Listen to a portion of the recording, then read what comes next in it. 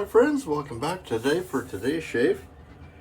And today, let's pause for just a moment to wish all my brothers in the Army a happy 150th birthday.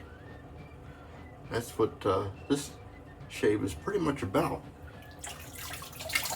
Today we'll be using Proraso in a tube, if I can get it open. Sometimes you get a little soap on the threads here, and it kind of clogs it up and makes the top a little bit not wanting to come loose. Just a little hunk is all you really want on this. This tube is also several years old. For reasons we've already talked about, I'm not using it as fast as I might have. Boy, that's hot water. Let me put a little,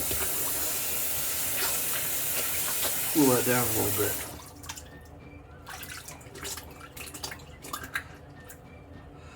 And so you put the stuff on there and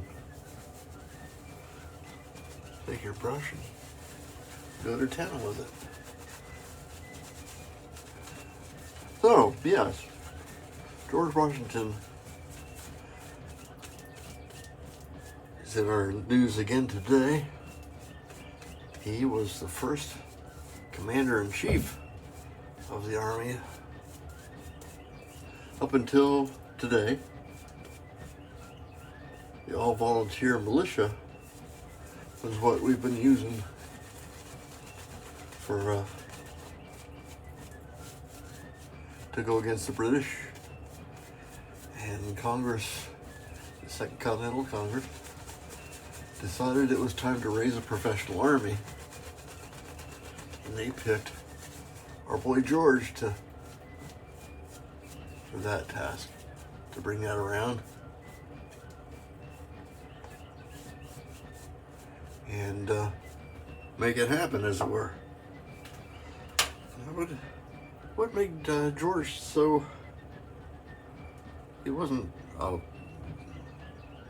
didn't have a huge military career when he's an interesting man, by the way. If you get your history, and this history is kind of in the weeds a little bit. We are. But George Washington was a surveyor. He wasn't necessarily the oldest son, so he had to kind of make his way, because he didn't inherit the main farm. You hear about Mount Vernon, and that's associated with George Washington. He didn't get that till a little bit later. He got a smaller farm before that, and then there wasn't enough income from that farm really to sustain him, so he started surveying, and with that surveying, he learned a lot about land speculation and land investment. And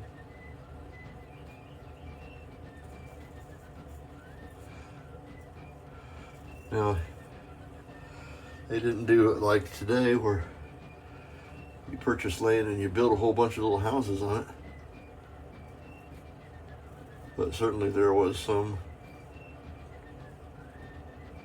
farm trading and people buying, and of course, every time you purchase land, it needs to be surveyed, because, well, that's what they did. So, he did that, and bought several other pieces of land and enriched himself. And then he became reasonably wealthy when the Second Continental Congress came along, and he thought that he might, well, back up a little bit. He did then get involved with the Virginia militia during the, there's an Indian War. And he was in his 20s at that time. And he managed to not get killed and did a pretty good job. And he got out and got involved in politics. Virginia was in with the Virginia part of the Continental Congress, and apparently, a lot of the folks there had a big military career and were young and strapping like he was. So he started kind of angling his way towards getting involved with the Army. 'Cause that's kind of the way to be dashing and get all the ladies, because they like men in uniform. At that time, he wasn't married. Well, he then married Martha, who was a widow and had a lot of monies.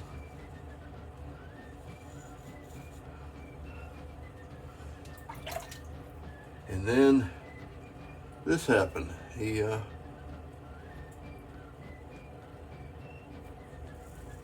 got appointed this position. Now, he wasn't alone, because people think about George, yes, he was the first commander-in-chief, but there's more to it than that. Let me find my notes here. Oh, come on.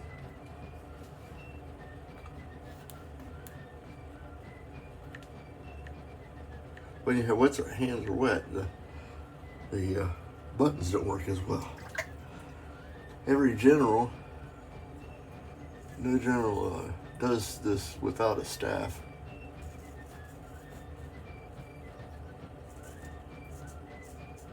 And he appointed himself a command staff. I don't know what they called it then. Generally, the general has advisors and secretaries and people who carry out his orders and make things go. Those are called aide-de-camps. They still have those. I got a list here of some of his important command staff people. Now, everybody knows about Alexander Hamilton, but he wasn't on George's command staff until 1777. And then there's Tillman, Tilghman. He was a courier. He's the guy who took the surrender terms at Yorktown. He joined him in 1776. Robert Hanson Harrison. Now, he was like his main secretary, and he was with George from the beginning in 1775. A fellow named David Humphreys, he was an aide-de-camp. And John Lawrence, also aide-de-camp, he was a diplomat. No, wait a minute. Humphreys was the diplomat. Lawrence was an abolitionist. He was killed before the end of the Revolution. Then there's a Richard Kidder Meade. He helped deliver orders to the field. He was like his courier. And then Joseph Reed was his military secretary. He was a little bit more experienced. Now, remember, most of these experienced guys were former British soldiers, or maybe fought in the Indian Wars.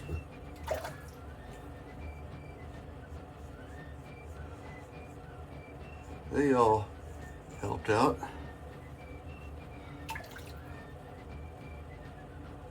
And they probably don't get a lot of airplay for their roles, but they all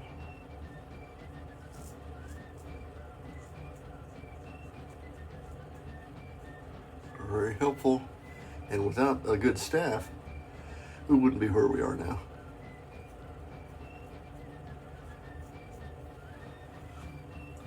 There's going to be a grand parade in Washington, D.C. today. I encourage you to watch that. I don't see those very often. You see them a lot, you know. They're big showy things. And so, naturally, folks are going to get a little bit upset about grand parades. But, yeah, you only turn 250 once. So, I think it's great that they're having a parade, show off some vehicles and armaments and stuff. Let's check ourselves out with the alum here. Huh. A little bit of a dezingle there. That's pretty good though. I used the same razor that I used for the first time with our George Washington shave. This is my Wade & Butcher 5/8. This is a full, or near hollow, or near wedge. Let's rinse this off.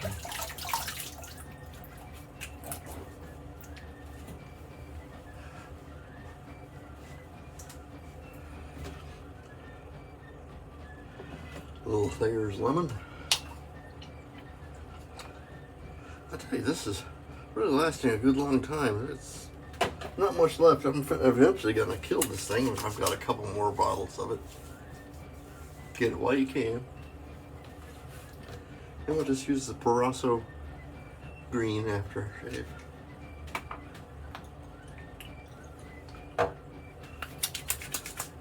Overall, great shape today. I'm just smooth as glass. I've been stropping this razor quite a bit, and it'll refine the edge. It was already pretty sharp to now it is wickedly sharp.